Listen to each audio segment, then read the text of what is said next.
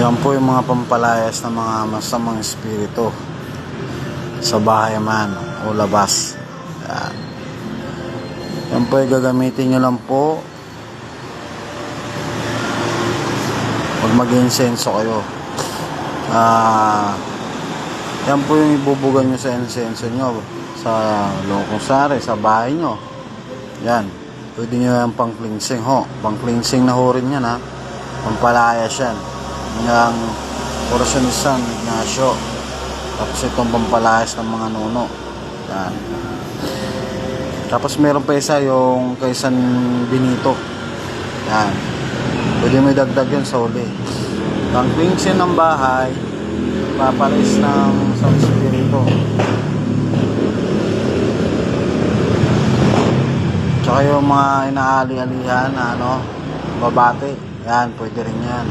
Yan ang insenso nyo. Aalis yun sa katawan ng mga tao.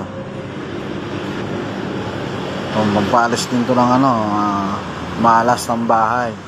Yan. Yan ang insenso. Yan ang ibubukan nyo po. Tagtatong beses po yan. Iihip nyo po ng pakros sa may nyo ng insenso at kamangyan. Hanggang dito lang po.